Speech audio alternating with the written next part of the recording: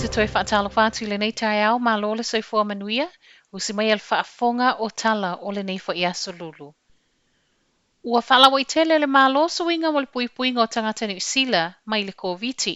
O le aso whareile lo aso nei o lo ufofue alo i aile te tawana whaeiloa o whaamauningo siaki o le COVID, mo pasese mai Amerika ma le United Kingdom, whaato a Sophie i lunga le vaalele. Peitai, o le aso nafi wa whaeiloa mai ai, o lea ua a fia o mai atunu o lalangi se ia vanga nai au se talia, Antarctica matu moto le Pasifika, i le tatau na whai o siaki o le COVID. O lea fo i o le awha lau tele i le to tele o tangata whaimalanga mai fafo, le whao popo le isi siaki e tolua i siaki o le COVID au wha anofo i sea. E pei ona whailo mai le Minister o COVID, Chris Hipkins, a matatu i le asonga fua o le vaiaso asau, o le awhaia o mai siaki o le COVID o i lato mai fafo i le aso mua mua e ulu fale mai ai i New Zealand. Ma o suia mai ai i le na o pasese mai Amerika ma le United Kingdom o lo iai i le taimi nei. O siaki o le aso lona tolu ma le aso lona sifulu ma le lua lo whaatu mawina pea. Ma ele o ta uai foi i lea suinga i lato e whaimalanga mai Ausitalia, Antarctica ma le Pasifika. Ele o a fia whanau i lalo mai o le tailua tausanga le mātutua i le suinga le nei. A matatu i le aso lua sul ma le iwa le masina nei wa whailo mai foi. O i lato umai taunu umai i New Zealand au noa ma se whaamauninga e neka teu siaki o le COVID.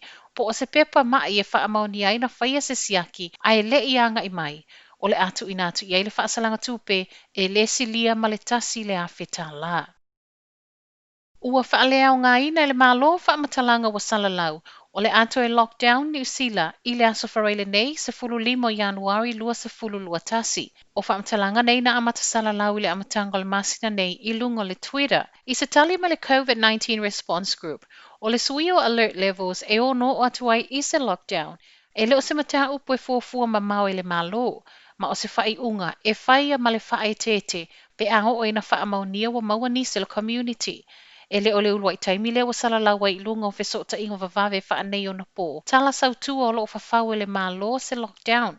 E pe ona salalawa i fōi i le amatanga le masino no ve matalu ai. O lo tu maufau tuanga sui o le malo lo tali mai nei wha amtalanga i tangata uma, ia mata alia, ma wha tete au le so ona tali tonuina le telo wha amtalanga o lo wha asoa online.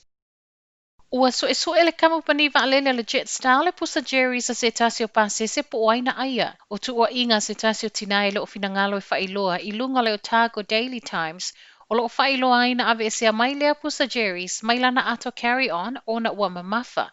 Ma ile toe sa ili atu ile aso na suso ai. Ai au mai ua afa. O lea tinana malanga whaatasi ei malo na uso malana whanau to o lua mai malai vaalele Queenstown lea na tau fiai nei Jerry's a o tapena e toe ta liwi au kilani. Ewi o lea ua toe tatongi natu le Jetstar le lima sultala ile tinama fatia peitai e le o whaamaliaina.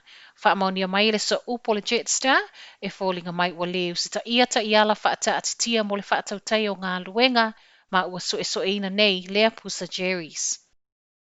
E le te tauna toi whaanofo e sei au kilani tangata whai malanga mai fafo o loo mālosi e le pepesi o le vairusi fau al COVID. O se tasi o swinga o whaatalo sangaina e tangata so e whaapitoa o le soifua maloloina. I reporti le News Hub, o loo sa wele tala sanga i lato nei, e te tawana au inatu nei tangata e whaanofo e se isi vahenga o New Zealand, o to ai titi tangata o au mawai, ona ato e tō mānatu i le lockdown no iei au kilani a au kuso o le tausanga taluai.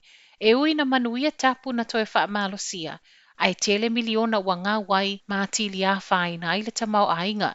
O le finangalo Dr. Nick Wilson, mai le University of Otago, a tonu, o whale tali mālo ma whale o whaanofo e se tangata mai whafo i au kilani. E au ngā lea mo pāsese mai atunu o lo o mawala lalo whainu mero e a fiel COVID, wha apeo au setalia.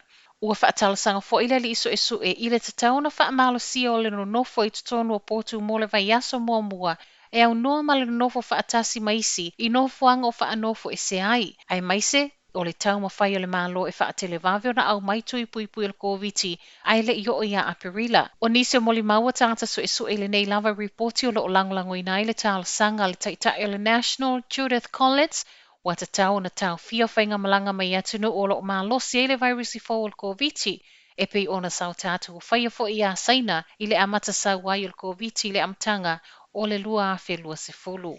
Ma tala muli muli o le tai au, wa toe whaafo I sia so ta inga tau ini te neti mo le to o tele o paanga le Vodafone, na motu sia whaafo se I ana pō.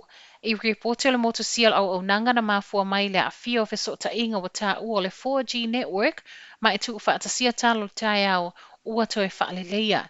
Na vave na whaaseale to o tele na a fia I lunga le social media na pō, ma o le to o tele o e na a fia o I lato o iei accounts I le kamupani, mai so o se vaenga o New Zealand. Whailoa le Vodafone ana pō, o loo mata I tuina pēr le kamupani fe so ta inga na a fia. Talafou nā mo le nei tai au, manuia le nei aso.